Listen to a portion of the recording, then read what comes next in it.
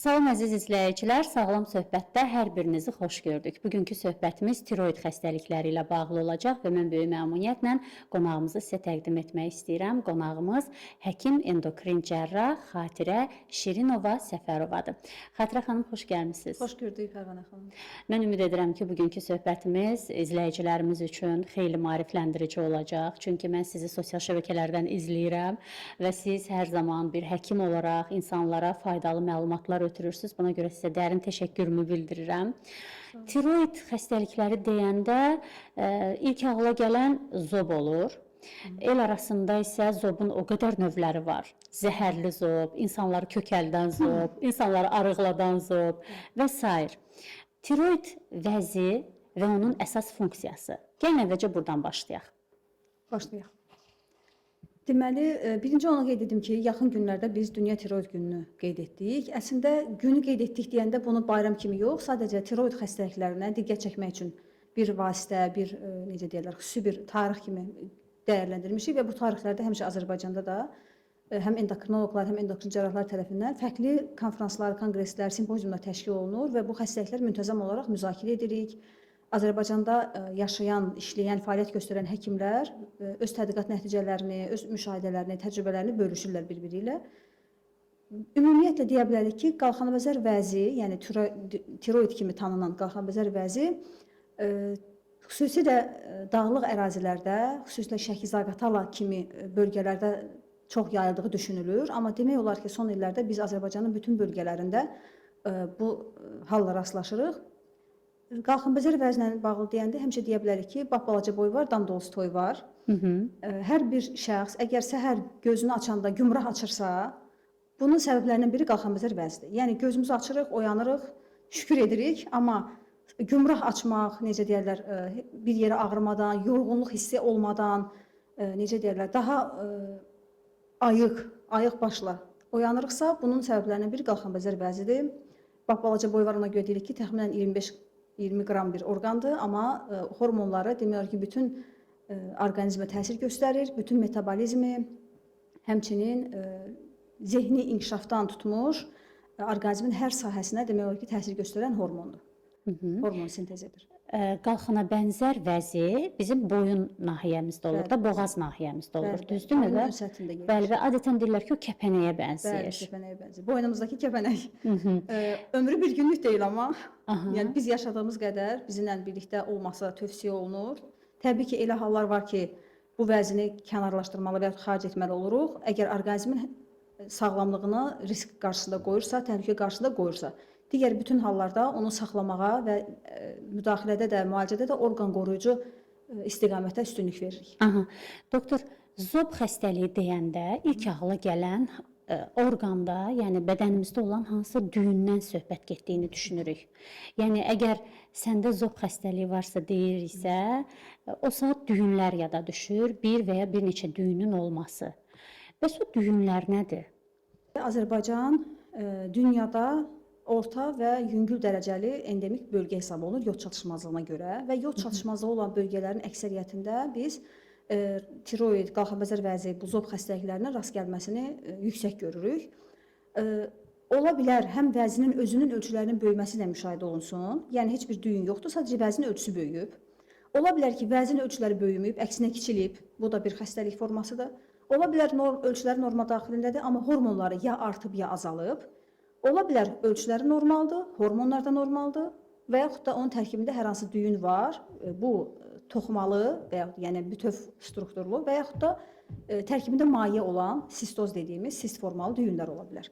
Yenə bu fərqli kombinasiyalarda olur. Ola bilər vəzi həm böyüyüb, həm düyünü var, həm hormonlar ya yuxarı ya aşağıdır. Yəni fərqli kombinasiyalarda görə bilirik. Bunların hamısı üçün yanaşma protokolu, alqoritmi fərqlidir. Hansı düyün, hər düyün də qorxulu deyil.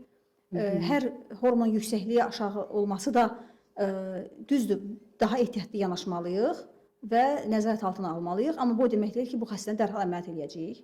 Belə bir şey yoxdur. Və yaxud da vəzin ölçüsü böyüyübsə də, kiçilibsə də, bu demək deyil ki, yenə burada mütləq hormon kənara çıxımları olacaq. Elə hallar var ki, biz onu görürük və sadəcə müşahidə etməliyik.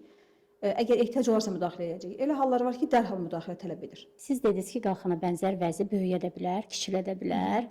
Mən bir növ təzyiq xəstələrini xatırladım. Aşağı təzyiq, yuxarı təzyiq. Demək ki, qalxana bənzər vəzidə də bu var. Hətta bunun bir termini var, səhv etmirəmsə, siz daha yaxşı bilirsiniz bunu əlbəttə ki. Qalxana bənzər vəzinin ölçüsünün kiçilməsi daha təhlükəlidir, yoxsa böyüməsi?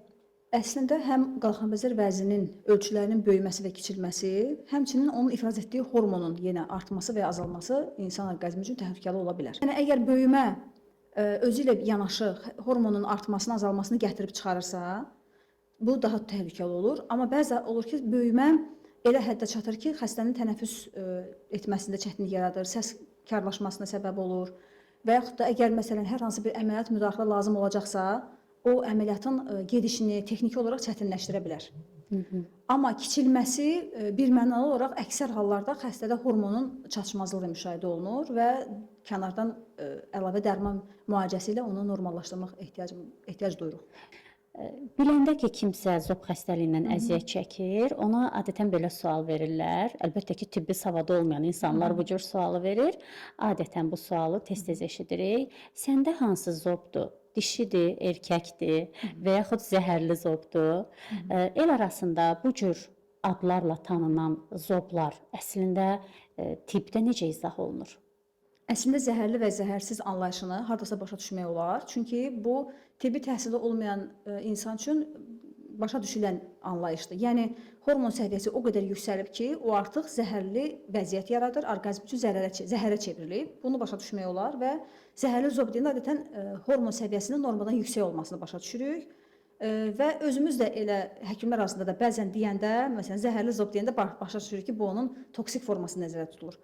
Amma dişi və erkək deyəndə konkret hansının dediklərini anlamaq olmur. Məsələn, bəzi xəstə qrupu dişi deyəndə sırf düyünlər olan zobu nəzərdə tutur ki, hə, bu düyün varsa deməli dişidir, yoxdursa erkəkdir. Və yaxud da bir xəstəmiz vardı, o belə izah eləyirdi, deyirdi ki, bir dəfə o əməliyyat olub, təkrar əmələ gəlib.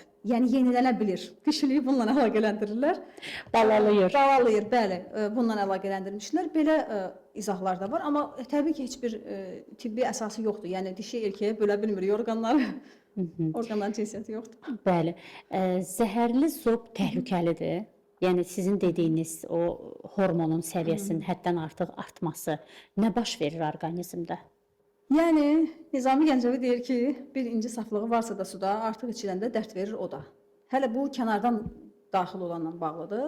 Hələ ki nəzərə alsaq ki, insanın öz orqanizmində də bir balans mexanizmi var. Yəni müəyyən artıma o başqa cür reaksiya verir. Ondan yuxarı həddə çatanda artıq başqa cür cavab verməlidir. Hormon üçün müəyyən referans hədd var, hansı ki laboratoriyalar analizlərdə də bəlkə həm xəstələr, həm xəstə olmayan şəxslər də baxanda görə bilər ki, məsələn bu hormonun 0,4-dən 4-ə qədər və ya 0,5-dən 5-ə qədər olma limiti var. Orqanizm özü müəyyən həddə qədər nizamlayır. Tutalım hormonun normal həddi var və orqanizm bilir ki, onun yuxarı həddinə qədər necə nizamlayacaq, onun əksinə olan hormonlar var, onun ifrazını artırıb onu biraz tormozlayacaq.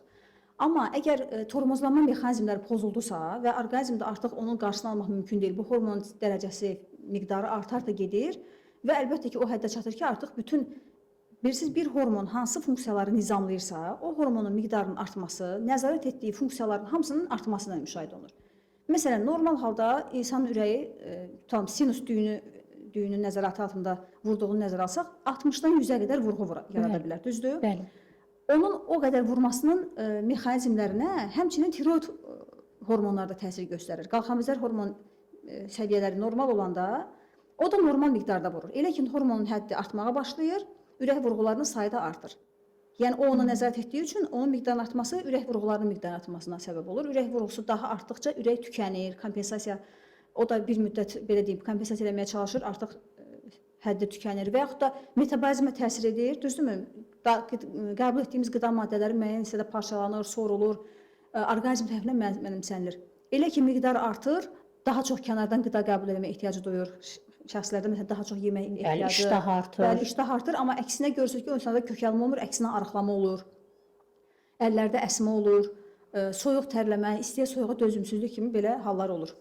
Ona görə də əlbəttə ki, zəhərli faktor varsa, bir zəhər varsa, o orqanizmə zəhərdir, orqanizmin funksiyalarını, kompensator mexanizmlərini pozur.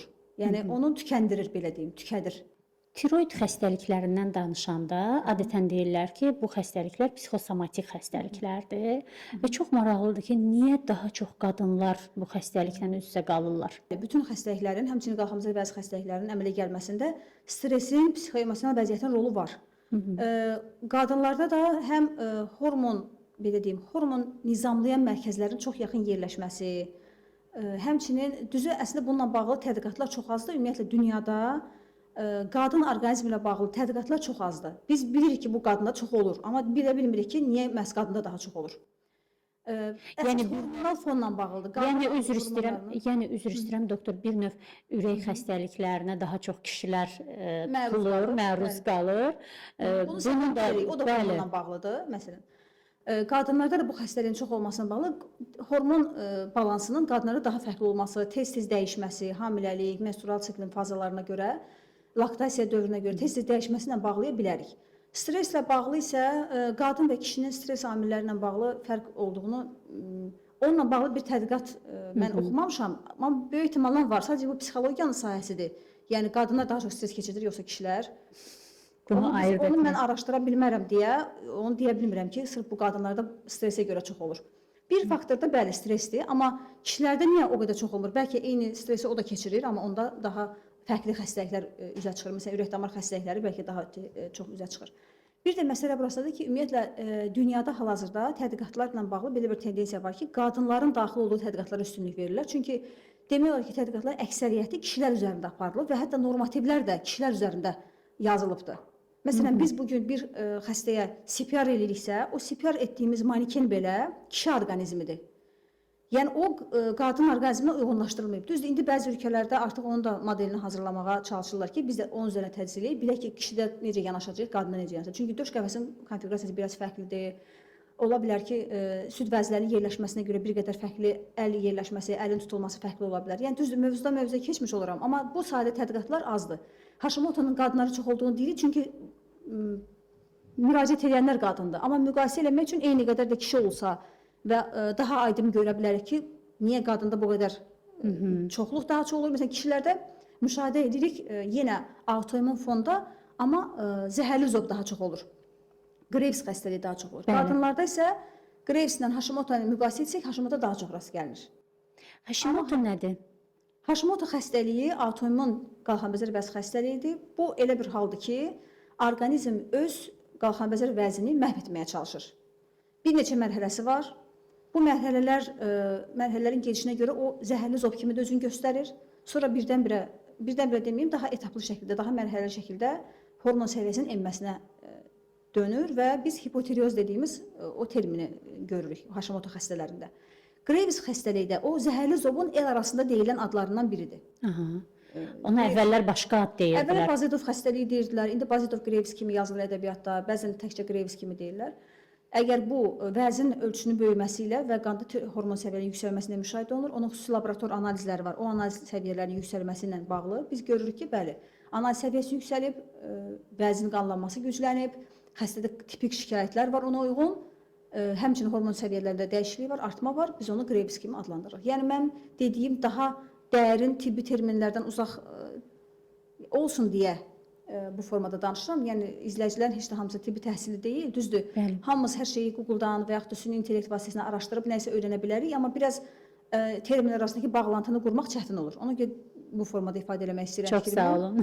Təşəkkür edirəm mən buna görə sizə əlbəttə ki, amma siz danışdıqca sualdan sual yaranır. Hashimoto xəstəliyindən əziyyət çəkən insanlar adətən deyirlər ki, bu xəstəlik mənim anamda da olub. Bəli, bəli. Yəni anada varsa 100% qızında da Hashimoto olacaqmı? Tibbdə belə bir reallıq var, yoxsa necə? Təbiətdə 100% heç nə yoxdur, onu deyək. Amma genetika yenə tiroid xəstəliklərində də rolunu oynayır. Bizim yanımıza xəstə gəlir, şikayətlərini bildirəndən sonra ikinci sual olur. Ailədə belə bir anamnez var. Anamnez deyəndə, yəni ailədə belə bir xəstəlik olan şəxs varmı? Bu valideynlər ola bilər, bacı qardaş ola bilər, bibi dayı, əmi xala kimi ola bilər. Hətta. Bəli, bəli, ola bilər. Çünki məsələn atada olmaz, atanın bacısında olar, anada olmaz, xalada olar. Yəni biraz belə qohumluq əlaqələri rol oynayır.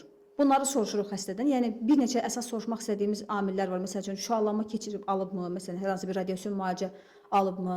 Uşaqlıqda hər hansı bir travma alıbmı boyun nahiyəsindən və yaxud da yenə qohumlarında belə bir xəstəlik varmı? Ona görə əgər anada, bacıda, qardaşda və sair varsa, onda olma ehtimalı da var və mütləq yoxlanmalıdır. Yoxdursa nə gözəl.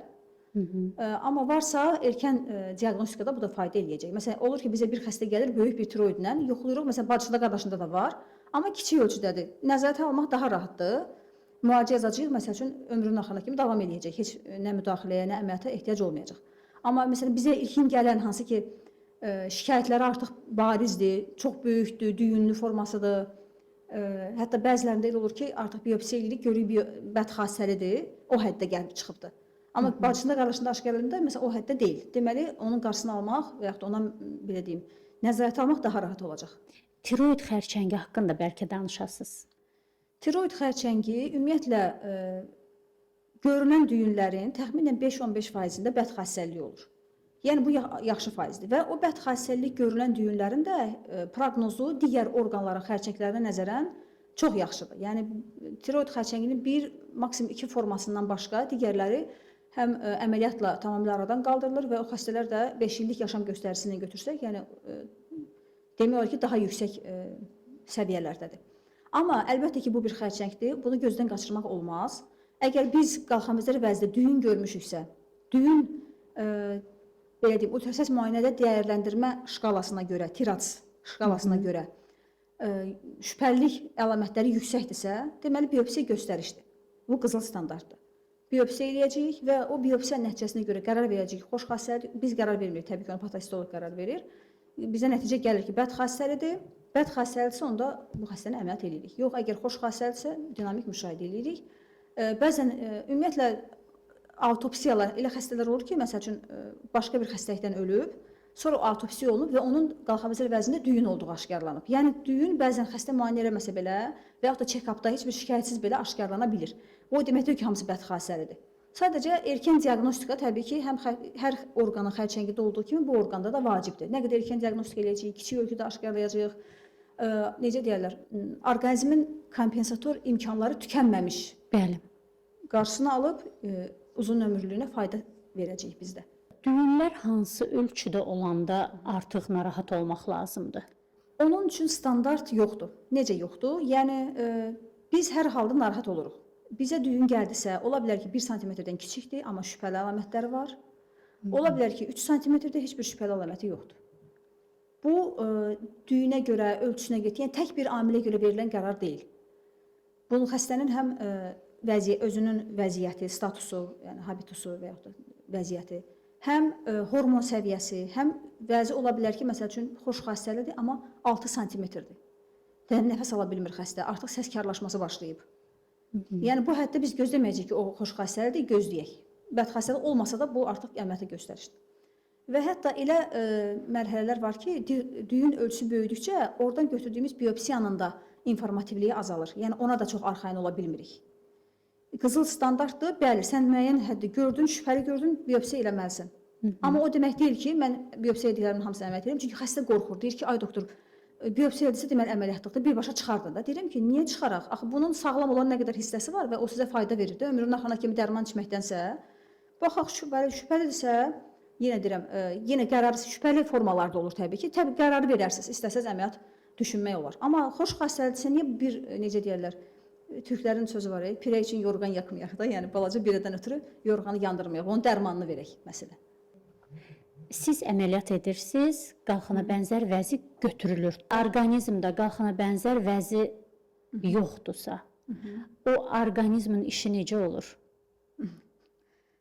Əgər Mənim sualım biraz loru sual oldu. Qəşəng sualdır. İnşallah qalır demək istəmirəm. İşi bizə qalır.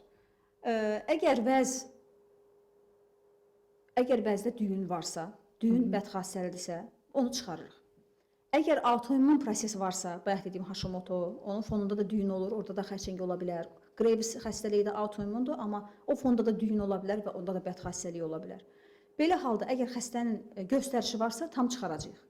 Yox, göstəriş yoxdur, kiçik düyündür və yaxud da kiçik düyündür şübhəlidir. Məsələn, onda yenə folikulyar neoplaziya və s. dediyimiz formalar var. önəmi bilməyən atipiyadır. Xəstə məsələ üçün həm psixoloji vəziyyətinə görə həm israr eləyir, həm təkid eləyir, şübhəlidir. Bir pay çıxarmaqla göndəririk məsələn patoloji növbəti mərhələ müayinəyə, onun nəticəsinə görə qərar veririk. Amma əgər vəzi tam çıxarmışıqsa, təbii ki, o vəzin orqanizmə verdiyi hormonu biz kənardan xəstəyə verməliyik.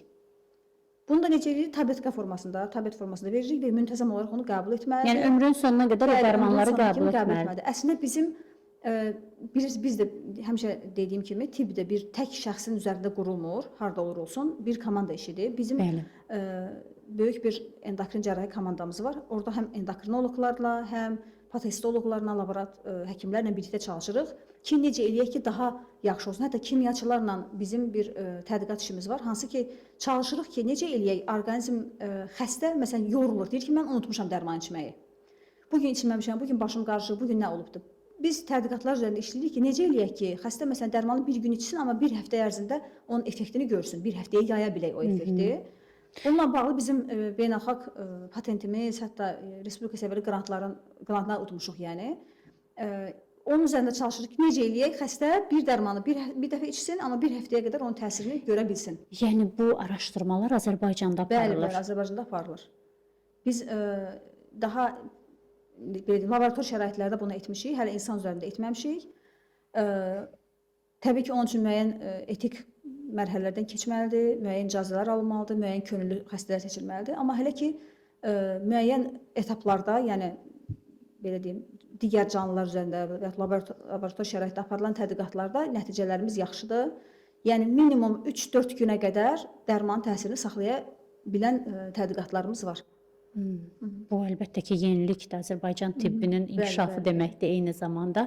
Hashimoto xəstəliyi olan qadınları ən çox qorxudan sual: mən ana ola biləcəyəmmi?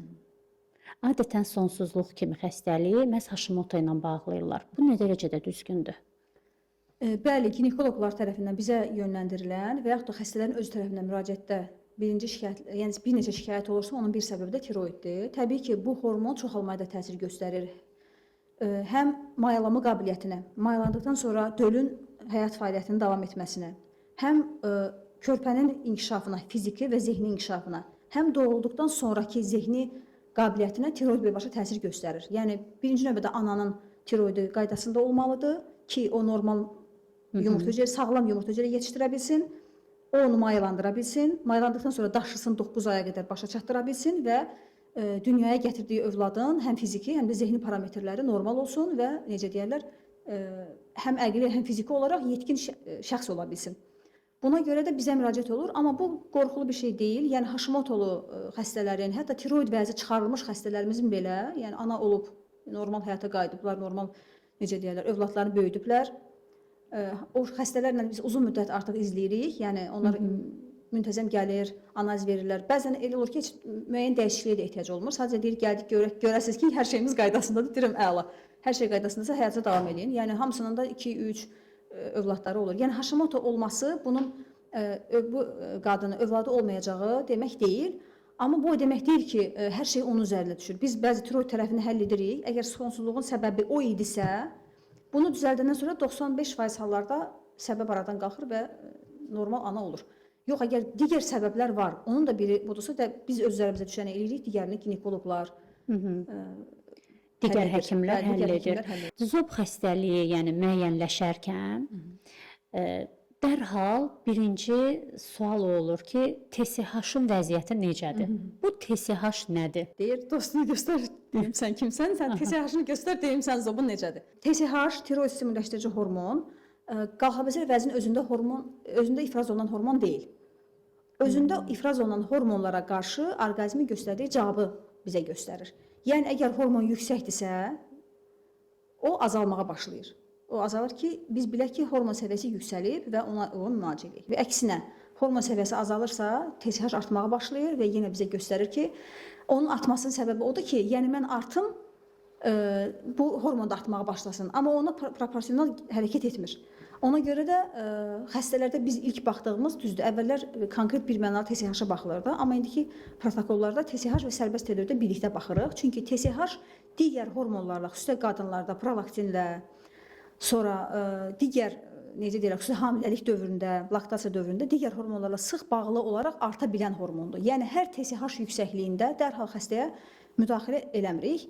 Bəzi hallarda sırf yüksəlməsi və ya sırf azalmasına belə dərhal müdaxilə etmək lazımdır. Amma biz baxmalıyıq birinci vəzin özündə hormon ifraz olunurmu, olunmurmu? Əgər olunursa biz bu xəstəni müşahidə də eləyə bilərik. Məsələn, normal həddədir. Elə xəstə olur ki, məsəl üçün sadəcə TSH analizinə baxıb tiroid hormonu yazılır. Amma analizə baxırıq ki, sərbəst T4 artıq normadan yuxarı qalxır. Bəli. TSH-ın dəyişikliyi ona uyğun deyil. Belə hallarda deməli dərman dozasını azaltmaq lazımdır. Və yaxud da xəstə özü gəlir, hər ikisinin yüksəlməsini görürük. O qədər belə hal ola bilər ki. Ona görə yaxşı olar ki, biz təkcə TSH-a yox, sərbəst T4-ə birlikdə baxırıq və ola bilər ki, xəstədə hormon səviyyələri normaldır, amma yenə də tiroiddə bir proses var. Ya düyünlü proses, bəli, və yaxud da diffuz proses ola bilər. Son vaxtlar biz görürük ki, artıq çəkidən əziyyət çəkən xanımlarımızın sayı artmaqdadır. Hətta bunun qarşısını almaq üçün müxtəlif əməliyyatlara girən xanımlarımız var və adətən onlar deyirlər ki, mən zobdan sonra belə artıq çəki almağa başladım. Zob xəstəliyi olan xanımlar xüsusilə bütün hallarda kökəlməyə məruz qalırlar.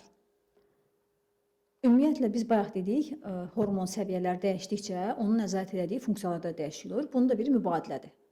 Təbii ki, əgər hormon çatışmazlığı varsa, mübadilə proseslərində zəifləmə olur və xəstələrdə kökəlmə görə bilərik. Yəni biraz kilonun, kütlənin artmasını görə bilərik. Bir məsələ də var ki, hormon səviyyəsi kritik səviyyələrə qədər dəyişəndə, yəni tiroid hormonu ciddi çatışmazlıq baş verirsə, bu zaman orqanizmdə belə deyim, su toplanması deyirlər el arasında, sanki maye toplanmasını daha çox görürük, ödemləşməni daha çox görürük. Belə hallarda əgər bir xəstəyə müalicəyə başlayırıqsa, qısa müddətdə də o müalicənin nəticəsini görə bilirik. Xəstədə çəki atması da, o ödemləri getməsini də və s. müşahidə edə bilərik.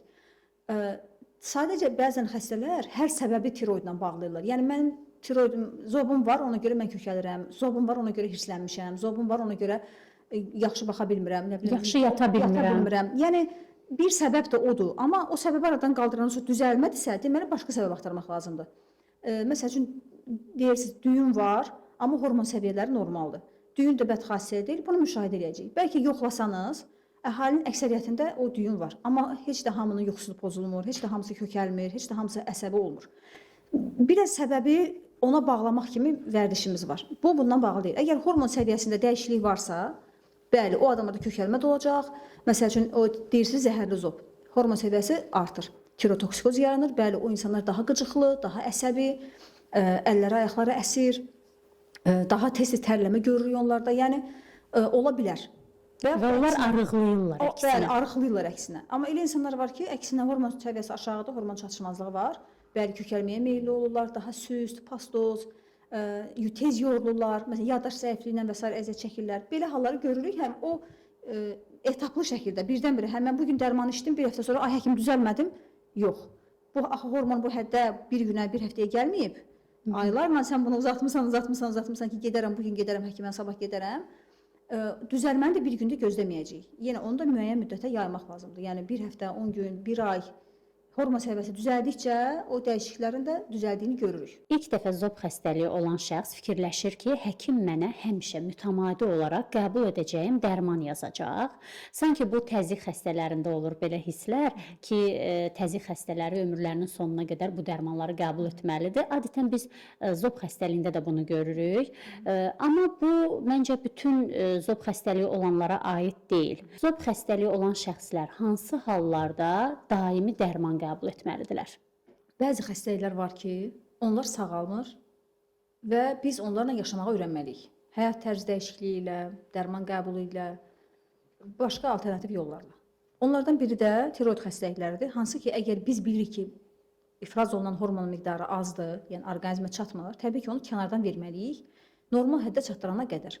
Bəzən olur ki, ciddi çatışmazlıq olur, nisbətən böyük dozalarla başlayırıq, sonra mütəmadi analizlərdə görürük ki, bəli, hormon səviyyələri artıq düzəlir, hətta o həddəki normanı da artıq aşır. Bu zaman dozanı kiçiltməyə başlayırıq və minimal doza ilə davam edir. Yəni, o xəstə üçün ideal olan dozanı tapmağa çalışırıq və o tapdığımız doza ilə uzun müddət davam edir. Təbii ki, 3 aydan, 6 aydan bir, ildə bir dəfə müayinələrə gəlməklə biz onu necə deyək, nizamlayırıq. İlin fəsillərinin dəyişməsi, qidalanma vəziyyətinin dəyişməsi, kütlənin dəyişməsi belə bəzən dozanı dəyişdirməyimizə səbəb olur. Məsəl üçün hamiləlik və laktasiya dövründə, sonra necə deyirlər, müəyyən əgər yanaşı başqa xəstəlikləri varsa xəstənin, təbii ki, o dövrlərdə biz də bunu nəzərə almalıyıq. Amma elə hallar var ki, məsəl üçün o zəhərli zob dediyimiz hal, əgər xəstədə tirotoksikoz aşkarlanıbsa, biz onu təbii ki, normal hədlərə salmalıyıq. Çalışırıq ki, məqsədimiz onu normal həddə salaq. Bəzən biz onu normal həddə salırıq və bu vəziyyətdə də qalır, artmır. Bu zaman istifadə olunan dərmanlar, xüsusi sitostatik və ya tirostatik dərmanlar da hansı ki, onları xəstə ömür boyu içə bilməz, içməməlidir. Müəyyən limiti var, tutalım 2 ilə qədər içə bilər. Əgər 2 ilə qədər biz o remisiyaya, yəni hormonun normal səviyyədə qalmasına nail ola bilmişiksə, dərmanı dayandırırıq. Yox, əgər nail ola bilmirik, dərman kəsən kimi yenə qalxırsa və yaxud da o dərman digər orqanlara da təsir edir. Məsələn, qan göstəricilərinə, qaraciyər funksional testlərə təsir edir. Onları da yoxlayırıq.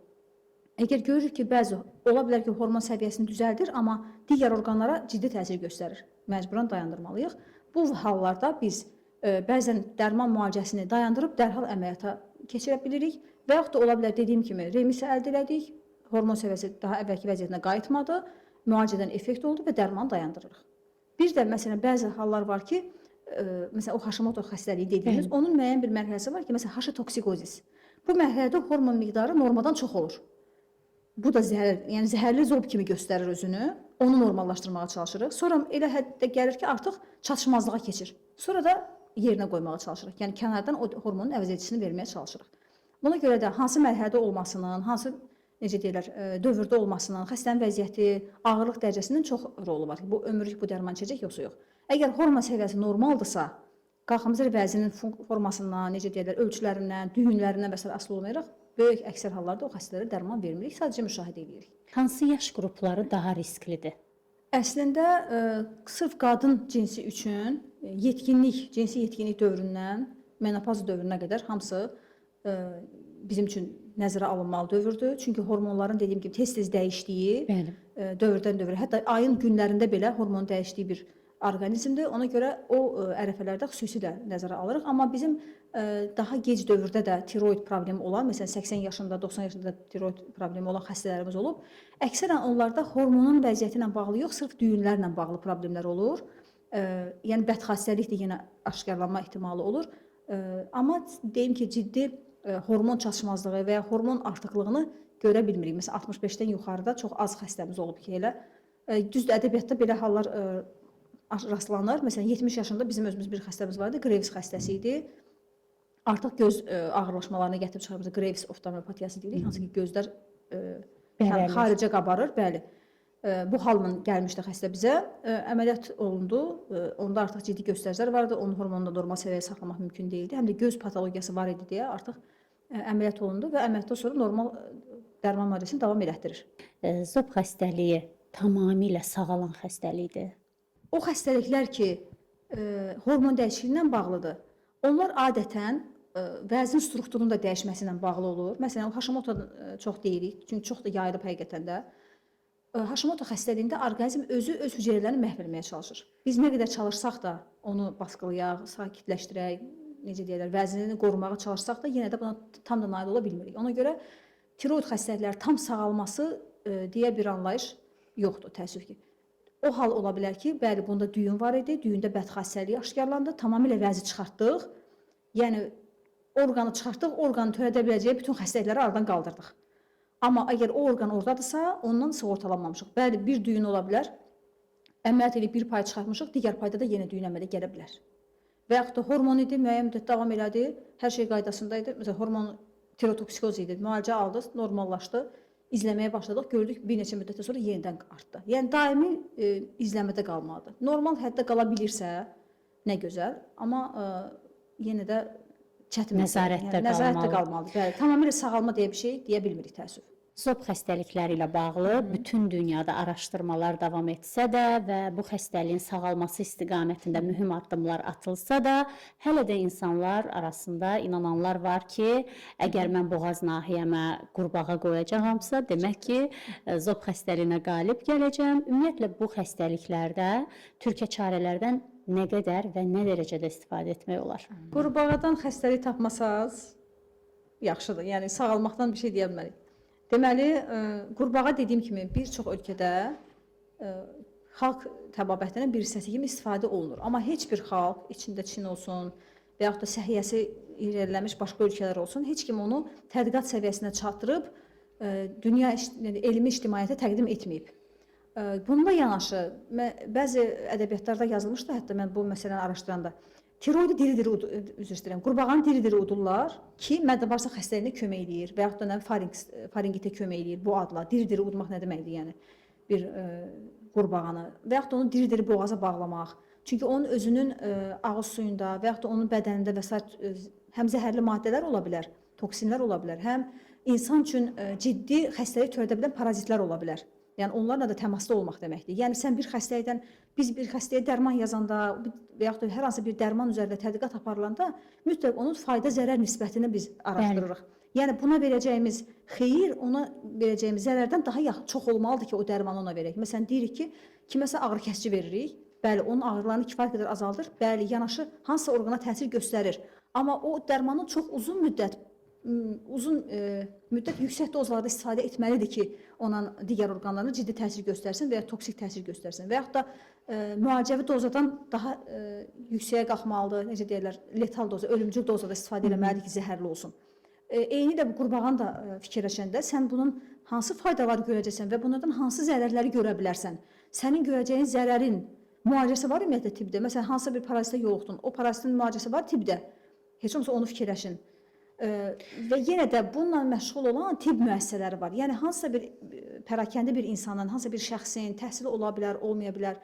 Buna inanması, möcüzə kimi görməsi, onun şəfa diləməsini hardasa başa düşərəm. Qəbul eləmərəm, amma empatiya eləyərəm də. İnsan da çarəsi yoxdur, əməliyyatdan qorxur, həkimdən qorxur, üsulu qurbağadır. Necə deyirlər, çarəni qurbağada tapıb da. Yəni o vaxt bir nağıl vardı da. Gəlir şahzadəyə döndərmək üçün qurbağanı öpür, şahzadə çevrilir. Yəni bəlkə ondan bir ümid gözləyir. Amma bunu edən tibb işçisi, tibb müəssisəsi nə düşünür? Yəni onun problemi odur. Yəni bunun üzərində getməlidir əsas məsələ ki, bununla hansı tibb müəssisələri məşğul olur, hansı tibb işçiləri, özünə tibb işçisi deyən şəxslər, həkim olsun, tibb bacısı olsun və yaxud da nə bilim, orta tibb işçisi olsun, fərqi yoxdur. Yəni bununla məşğul olub insanları vaxtını birinci növbədə alır. Yəni ola bilər ki, həmin dövrdə o başqa bir mütəxəssisə müraciət eləsəydi, daha effektiv, daha düzgün müalicə alardı. O müalicəni gecikmiş olur. Həmçinin qurbağanın özündə nə qədər zərərli amillər var ki, o zərərli amillərlə təmasda olmuş olur. Yəni bunu düşünmək lazımdır məncə. Bəs məsələn boğaz nahiyəsini yodlamaq. Ümumiyyətlə yoddan nə qədər istifadə etmək lazımdır belə hallarda? Yodla bağlı elə mövzumuzun əvvəlində dedim, biz onsuz da orta və yüngül dərəcəli yod çatışmazlığı olan ölkəyik və Ümumdünya Səhiyyə Təşkilatının qərarı ilə, həmçinin Azərbaycan Respublikası Səhiyyə Nazirliyinin uyğun qanunları əsasında Azərbaycanda duzlar yodlaşdırılır. Yəni bizim demək olar ki, gündəlik praktikada, məişətdə ən çox istifadə etdiyimiz məhsul yoddur və bu yod üzr istəyirəm. Gündəlik praktikada ən çox istifadə etdiyimiz, məişətdə istifadə etdiyimiz duzdur və bu duz yodlaşdırılır. Yəni biz lazım olan yod miqdarını duzla alırıq. Elə insanlar var ki, onlar duzu məhdudlaşdırmalıdır. Məsələn, ürək-damar xəstələri, təzyiq xəstələri, hər hansı başqa bir tutalım endokrin orqan xəstəliyi olan xəstələr məcburən pəhrizlərində duzu minimuma endirməlidir və yaxud tamamilə çıxartmalıdırlar. Bəli, onlar yodu kənardan almalıdırlar. Və biz tiroid xəstəliklərini araşdıranda bilməliyik ki, bu yod çatışmazlığı ilə bağlı yaranıbdır bu xəstəlik, yoxsa yod artıqlığı ilə bağlı yaranıb. Əgər çatışmazlıqla yaranıbsa, bəli, yod əlavə kənardan qəbul olunmalıdır və yaxud da hamiləlik və yaxud laktasiya dövründədirsə, dölün inkişafı üçün, dölün beyninin inkişafı üçün mütləq bu lazımdır. Hətta bəzi həkimlər yarı zarafat müraciət edir ki, yəni o vaxt Sovetin dövründə o yodlaşmanın əsası ona görə qoyulub ki, əhalinin əqli səviyyəsi yüksəlsin. Yəni əqli inkişafa birinci növbədə təsir göstərən hormonlardan biridir tiroid hormonları. Ona görə də onun normal səviyyədə olması üçün yodundan uyğun miqdarda, adekvat miqdarda qəbulu mütləqdir. Amma yod kritika etdim, yəni də boğazımı yodladım və yaxud da yod qoydum, onu iylədim və yaxud da yod çox olan yerə getdim, siz öz vəziyyəti statusunuzu bilməlisiniz birinci. Sizdə yod normaldır yoxsa yox? Əgər çatışmırsa, əlbəttə kənardan bir yolla alınmalıdır o. Hansısa bir dərman preparatı vasitəsilə və yaxud da türkəçarə deməyim, türkəçarənin dozasını nizamlamaq olmur. Məsələn, hamı deyir ki, soyuqladım, kəklotu içdim, düzəldi. Amma heç kim demir ki, neçə stəkan kəklotu dəmlədim, içdim, neçə qaşıq tökdüm, nə qədər su ilə dəmlədim, içdim. Çünki bunun mexanizmi yoxdur. Elə üstündə yazıblar ki, bir xörək qaşığını tök, o da kimsə necə gəldi, tökür, dəmləyir, içir, deyir ki, mənə soyuqlamağa kömək elədi. Dozasını nizamlaya bilmirik. Xəstə var, bir çaynik dəmləyir, içir, amma xəstə var deyir ki, yox, mən onu dilimə də vura bilmirəm, amma o da sağalır, düzdür? Həm də orqanizmlə orqanizmə fərq var. Adam var ki, 1 stəkan kəklik otunu sağalda bilər. Adam var ki, 1 kiloqram kəklik otu da dəmləsə, içsə sağalmır. Bəli, hətta o bitki tərkibli, o türkəçarə dediyimiz yodla zəngin olan məhsullar var. Bitki tərkibli qidaların və yaxud da məhsulların özünün də tərkibində yodla başqa məhsullar da var, başqa maddələr də var. Orqanizmdə yodu necə təyin etmək olar? Hansı analizlərdən keçmək lazımdır? Orqanizmdə yodun miqdarını təyin etmək üçün biz sidikdə yodun miqdarına baxırıq. Əgər sidikdə yod kifayət qədər normal miqdarda xaric olursa, deməli orqanizmdə də normal miqdardadır və belə şəxsləri kənardan qəbul etməyə ehtiyac olmur. Hətta bizim də yenə bununla bağlı tədqiqat işimiz var. Komandamızın, bizim mənim həm müəllimim, həm də komandamızın rəhbəri Azər Hümmətovla birlikdə böyük bir tədqiqat işi aparılmışdı. Endemik bölgələrdə yeniyetmə uşaqlar arasında həm oğlan, həm qız. Onlarda həm tiroid vəziyyəti, ultrasəs müayinəsi aparılmış, qan analizi, həmçinin sidikdə yodun miqdarına görə təyin etmişdi ki, hansı səviyyələrdə yod çatışmazlığı var və həqiqətən də müəyyən bölgələrdə yod çatışmazlığı hələ də gündəmdədir. Çünki maksimal dərəcədə biz uşaqlarda da çalışırıq duz qəbulunu azaldaq. Bir tərəfi onunla bağlıdır yəqin ki, bir tərəfdə yenə endemik bəzi bölgələrimiz xüsusilə daha ciddi çatışmazlığa məruz qalırlar. Doktor, bəlkə də bu sualı mən sizə əvvəldə verməli idim, amma elə indi soruşmaq istəyirəm, lap yerinə düşəcək. Bir insan hardan bilsin ki, onda tiroid xəstəliyi var? Yəni tiroid xəstəliyinin ilkin əlamətləri nədir? Həyəcan təbilini biz nə vaxt hiss etməliyik? Tiroid xəstəliklərlə bağlı xəstələr bizə iki yolla gəlir. Ya birbaşa özləri gəlir, ya da başqa mütəxəssislər tərəfindən yönləndirilir. Birbaşa özləri gələnlər adətən belə deyim, öz orqanizmini tanıyan, bir qədər türklər demiş, fərqindəliyi yüksək olan xəstələrdir. Hansı ki, şikayətlərini görür ki, əvvəllər bunda yox idi, indi yaranıb və yaxud da anamda var idi, məndə də ola bilər. Bu vəziyyətlə bağlı, həmçinin dediyim o yorulma, yaddaş pozğunluğu, gözlərdə ciddi problem. Məsələn, o göz simptomu elə bir simptomdur ki, onu kim də görsə, hətta tibb təhsili olmayanda deyir ki, bəlkə sənin zobun var. Yəni o göz əlaməti artıq əhali arasında da çox yayılmış əlamətdir. Yəni gözlər böyüyür. Gözlər hədəqəsindən çıxır sanki.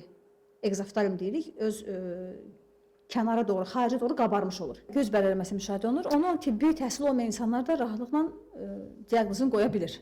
Amma birinci bizə müraciət bu formada olur. İnsanlar görür ki, əvvəlkindən daha yorğun, daha məsələn ciddi yaddaş pozğunluğu var, kilo verə bilmir. Yəni özü ona qərar verir ki, bəli, o insan kilo verə bilmir və yaxud da ailəsində belə bir xəstəlik var, onda da şübhə yaranır və müraciət edir. İkinci yolda digər mütəxəssislər tərəfindən, bəli, xəstə kardioloqa gedir, ürək döyünmə şikayəti ilə və yaxud da ürəkdə hər hansı bir yaranan problem səbəbilə gedir və beləliklə həkim ona diferensial diaqnostik yanaşır. Düşünür ki, məsələn, sənin ürəyində ciddi problem yoxdur, amma bu döyünmənin səbəbini tapmalıyıq və belə araşdırmalar nəticəsində tiroid xəstəliyi üzə çıxır, ondan sonra bizə göndərir və yaxud da endokrinoloqlara müraciət edir xəstə birinci növbədə. Orada aşkarlanır ki, tutalım düyün var, biopsiya olunmalıdır, ola bilər ki, əməliyyata ehtiyac var, belə hallarda bizə göndərir. Yəni biz işin daha çox cərrahi tərəfini və biopsiya tərəfini və yaxud da daha az invaziv üsullarla müalicə tərəflərini həll etdiyimizə görə adətən endokrinoloqlarla birlikdə işləyirik, xəstələr onlara müraciət edir və son müalicə kimi artıq yəni konservativ üsullar effekt vermirsə, dərmanla və yaxud digər. Bu halda ya əməliyyat üçün, ya da digər üsullar üçün bizə müraciət edirlər. Sonda bizi izləyən izləyicilərə nə tövsiyə edərdiniz? Necə edək ki, tiroid xəstəsi olmayaq? Məncə bunu heç kim bilmir. Tiroid xəstəsi. Çünki bilsək birinci özümüz əməl etməyə çalışarıq. Həkimlər arasında da tiroid xəstəlikləri kifayət qədər var. Yəni həkimlər, tibb işçiləri, səhiyyə işçiləri nəzərdə tuturam. Necə edək ki, olmayaq? Əlbəttə ki, bütün xəstəliklər üçün risk amillərini saysaq, stress, qida əlverişsiz və yaxud da düzgün olmayan qidalanma və yaxud da qida rasionunun düzgün nizamlanmaması və yaxud da hansısa təbii ki, şüalanmaya məruz qalma, bu həm xəstəliyin müalicəsi səbəbi ilə ola bilər və yaxud da günlük şüalanmaya məruz qalmamızla bağlı ola bilər. Ekoloji vəziyyətin dəyişməsi, yəni hər şey digər orqanizmdəki xüsusiyyətləri, orqanlara, sistemlərə təsir göstərdiyi kimi tiroidə də təsir göstərir. Təbii ki, deyə bilərik ki, məsələn, radiasiyadan uzaq dur, necə dursun, bütün gün əlimizdə telefonlar var. Kimisə deyə bilərik ki, məsəl üçün qidana fikir ver, amma heç də həmişə fikir verə bilmirik və yaxud da hamısının tərkibindən %100 əmin ola bilmirik. Necə deyək ki, məsələn, stressdən uzaq dur, çətin məsələdir. Yəni özümü empatiya eləməyə çalışıram xəstə ilə. Yəni özüm bu şeylərin hamısını riayət edə bilirəmmi? Təbii ki, heç bir həkim və içində mən qarışıq əməl edə bilmirik. Ona görə xəstələrə də onu deyə bilmirik. Maksimal dərəcədə çalışın, necə deyirlər, əsəblərinizi cilovlamağa çalışın. Bunun da müəyyən alternativ terapiya və sair üsulları var. Onlarla həll eləmək olar. Və yaxud da qida rasionunda uyğun qidalanma, yəni balanslı qidalanma lazımdır. Həm zülal, həm yağ, karbohidrat, mikroelementlər, həmçinin yod və yaxud digər elementlərlə uyğun qidalanma və əsasən tiroid xəstəliklərində səbəb əmələ gəlməsin deyil. Ümumiyyətlə orqanizmdə xəstəlik əmələ gəlməsin deyə çalışmırıq. Çalışırıq, yəni o həddə çalışacaq ki, buna tibbi profilaktika məşğul olur bu sahə ilə. Yəni ölkədə Səhiyyə Nazirliyinin verdiyi tövsiyələr, ümumiyyətlə Ümumdünya Səhiyyə Təşkilatının verdiyi tövsiyələr bu xəstəliklər əmələ gəlməsin deyədir. Amma heç də hamısının qarşısını ala bilmirik deyə biz həkim olaraq, mənim fərd olaraq üzərimə düşən erkən diaqnostika eləməkdir. Bəli. Erkən diaqnostika edeyim, həyatımı yüngülləşdirim və bir fikir var, unutmuşam onun müəllifini, deyir, bir qatara minirsən, səhv qatara mindiyini bildinsə, dərhal düşməlisən. Çünki yol uzaq olduqca xərci də çox olur. Yəni o xərci istəyirsiniz zaman olaraq düşünün, istəyirsiniz maddiyyat olaraq düşünün. Biz nə qədər gec müalicəyə başlayırıqsa, o qədər çox vəsait lazım olur, o qədər çox vaxt gedir, xəstənin bütün kompensator imkanları o qədər çox tükənmiş olur. Nə qədər erkən başlasaq, məsələn, adi əməliyyat belə, məsələn, xəstəyə deyəndə ki, tiroidində düyün var, bədxassəlidir, əməliyyat olun. Deyir ki, gedim fikirləşim gələrəm. Deyirəm ki, gedim fikirləşin. Təbii ki, bu sizin haqqınızda zorla heç kimisi əməliyyat edə bilməz. Siz ona razılıq verməlisiniz. Amma fikirləşin ki, bir neçə müddətdən sonra sizdə başqa yanaşı xəstəliklər çıxacaq və bu bizim əməliyyatımızı da çətinləşdirəcək. Bu yaranan vəziyyət, hormon dəyişiklikləri ürəyə də təsir göstərir, tənəffüs sisteminə, mərkəzi sisteminə, həzm sisteminə, mübadiləyə, hər şeyə təsir göstərir. Və bu təsir sizin vəziyyətinizi çətinləşdirir. Sabah biz, məsəl üçün, 2 sm-lik düyünü çıxaranda yarım saat vaxt sərf ediriksə, 4 sm-lik düyünü çıxaranda 3 saat vaxt sərf edirik. Yəni bu 1 saat sizin anesteziya altında qalmağınız deməkdir. Daha erkən, yəni niyə onu bu qədər böyüdürsünüz? Heç hormonda dəyişiklik olmasın, heç bir orqanda dəyişiklik olmasın. Sadəcə bu böyüyən bir şeyi görüb. Axı bizdə belə bir anlayış var, şişə toxunma, şişə bıçaq vurmazlar. Yəni ki, vurarlar. Lazımı şişə bıçaq vurarlar. Elə şiş var ki, ona bıçaq vurmaq lazımdır. Yəni bıçaqsız onun çarəsi yoxdur. Və siz onu gözləyirsiniz, müddəti uzansın. İnanın ki, böyük tiroid olan xəstəni anesteziolog intubasiya eləməkdə çətinlik çəkir. Bir var ki, 10 saniyə intubasiya eləsin, bir var 20-30 saniyə. Bəli. Bu da istər-istəməz orqanizmə mənfi təsir göstərir. Əməliyyata necə girirsinizsə, o formada da çıxırsınız. Yaxşı vəziyyətdə girin, yəni bu demək deyil ki, hər yoldan ötəni tutub əməliyyat edirik. Eləmirik həqiqətən də. Məqsədimiz bugün mənim özümün dissertasiya işimin məqsədi də odur ki, necə eləyək ki, xəstədə erkən diaqnostika eləyək bədxassəliyi və bilək ki, bu xəstədə bədxassəli deyil. Çünki elə olur ki, məsələn, xəstəni əməliyyat edirik, əməliyyatdan sonra nəticələr gəlir, xoş xəstəliymiş. Halbuki əməliyyata biz onu bədxassəli adına götürmüşük. Yəni nəticə o olubdu. Biyopsiya eləmişik, biyopsiyada bədxassəli gəlib, əməliyyat eləmişik, xoş xəstəli çıxıb. İndi biz çalışırıq ki, vicdan olaraq problem yoxdur. Patolog əlindən gələni eləyib, hamımız əlimizdən gələni eləmişik, amma elə hüceyrə qrupu var ki, onu tutalım, biyopsiyada tapmaq daha çətindir. Çünki daha kiçik toxuma material olur. Böyük toxumanı götürüb orada araşdırmaq daha rahat olur. Biz istəyirik, məqsədimiz odur ki, necə edək ki, əməliyyatdan sonra o xəstədə xoş xəstəli olma ehtimalını azaldaq. Yəni biz bədxassəli çıxartmışıqsa, əmin olaq ki, bu həqiqətində bədxassəlidir. Yəni gərəksiz əməliyyat eləməyək kimisə, gərəksiz kimisə orqanını xaric eləməyək. Bəlkə də fikrim bilmirəm nə qədər aydın oldu. Aydındır. Məqsədimiz odur ki, 100% əmin olub həqiqətən də gərəkli düyünləri, yəni, gərəkli vəzləri çıxardaq. elmdə Bəli. 100%lik 100% heç nə yoxdur. Bəli, Tibbdə bəli. xüsusilə. Hətta bizim həkimlərimiz xəstə belə həkimə sual verir ki, mən bu əməliyyatdan sonra tam yaxşı olacağammı? Bəli. 100% heç bir həkim ona zəmanət verə bilməz və həkimlərin arasında bu ifadə tez-tez səsləndirilir. Allaha ümid edək. Amma əziz izləyicilər, əlbəttə ki, sağlam həyatımız, sağlam olmağımız bizim özümüzdən də çox asılıdır və mən bütün izləyicilərimizə sağlam həyat arzu edirəm. Sizə də doktor çox sağ olun. Dərin təşəkkürümü bildirirəm. Əziz izləyicilər, bugün biz tiroid xəstəliklərindən danışdıq. Sağ olun, sağlam olun.